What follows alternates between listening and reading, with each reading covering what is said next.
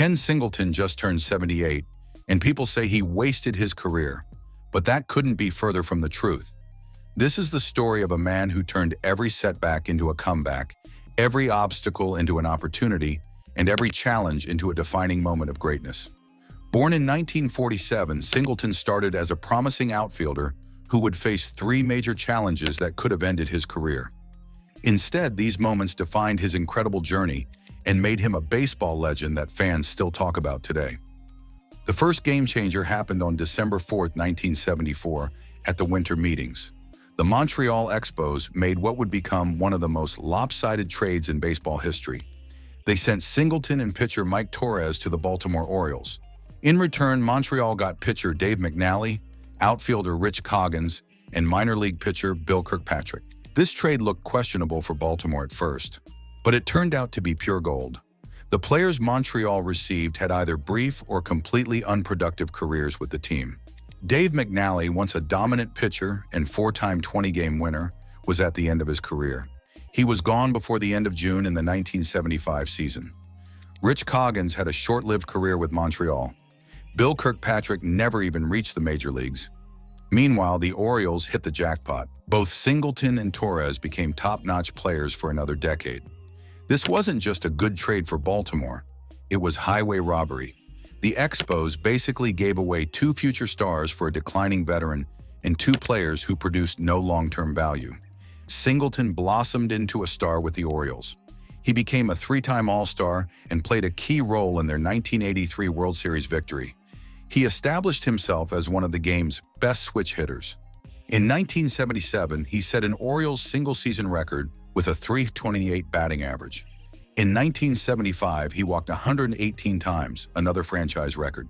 He also holds an Orioles season record for switch-hit home runs and ranks in the top 4 in several all-time offensive categories for the team.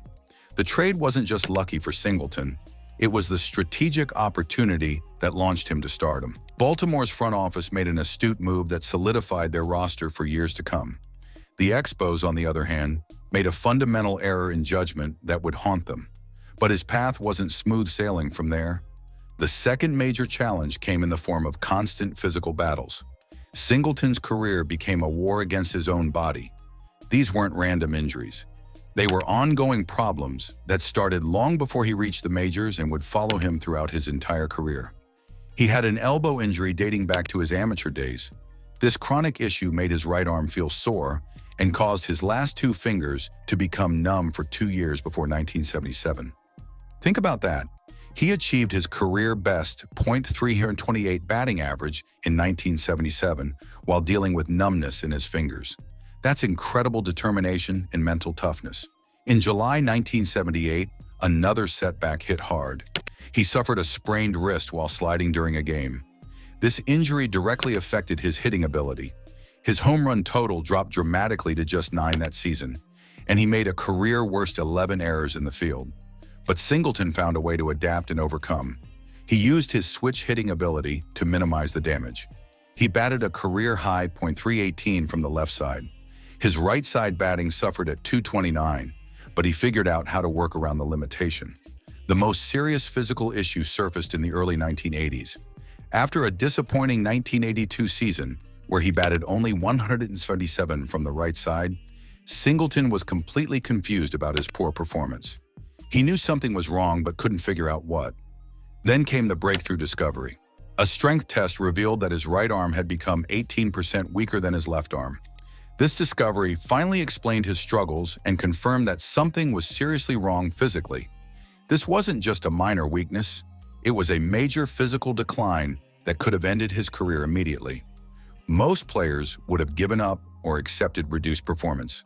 But Singleton didn't give up. He spent the following offseason working incredibly hard to rebuild his arm strength. He rode a bike with his son on his back for extra resistance training and visited a neighbor's batting cage regularly. This dedication shows the character and work ethic that made him special. Even his final season in 1984 was marked by injury problems. While already struggling in a slump, he suffered a severely bruised right instep in May.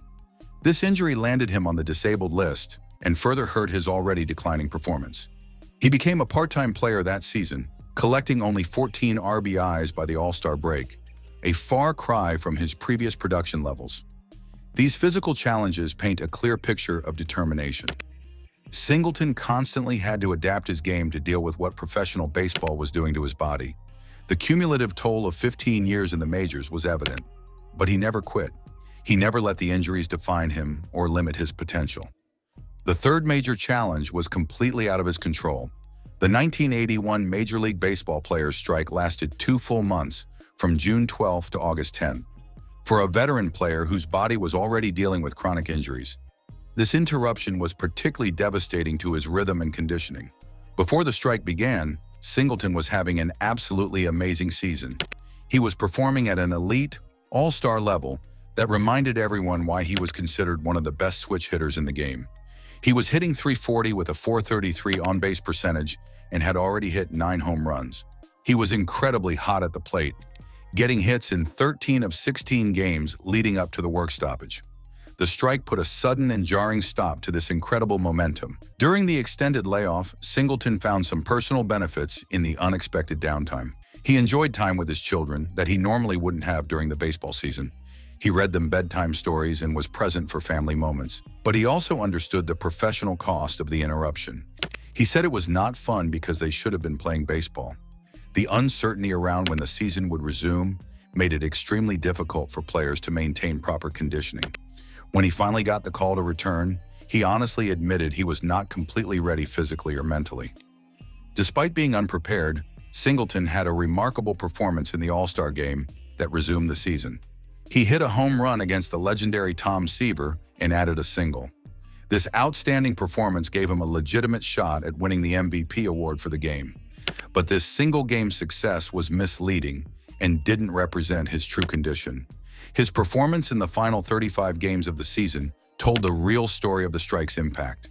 His batting average crashed dramatically to just 154 with 0 home runs. The numbers don't lie and show the devastating effect. Before the strike, he hit .340 with 9 home runs in 68 games.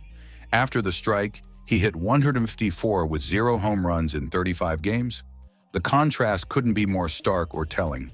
The strike had physically drained his strength and completely disrupted his batting rhythm. He couldn't regain the dominant form that made him so effective in the first half of the season. The All-Star Game performance was purely adrenaline-fueled, not a real return to his previous form. The subsequent extended slump proved that the layoff was particularly brutal for a veteran player who depended on consistent routine and regular at-bats. But here's what makes Singleton's story truly incredible and inspiring. These 3 major challenges didn't break him or end his career in failure. Instead, they shaped him into something greater than just a baseball player. After his 15-year playing career ended in 1984, Singleton seamlessly transitioned into broadcasting. He started immediately in 1985 as an announcer for both the Toronto Blue Jays and Montreal Expos.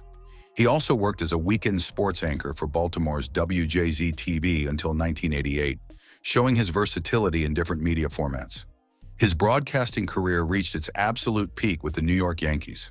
He joined their broadcast team in 1997 on the MSG network and moved with them to the YES network in 2002.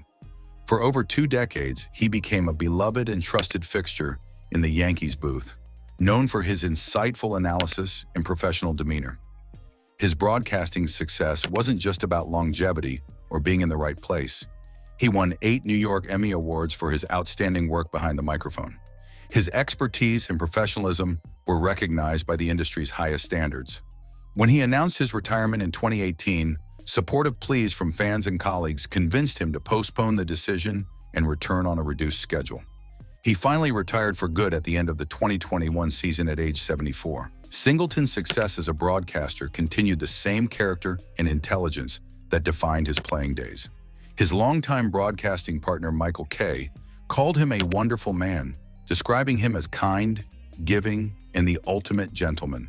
This reputation for professionalism and sportsmanship was also recognized during his playing career when he won the prestigious Roberto Clemente Award in 1982.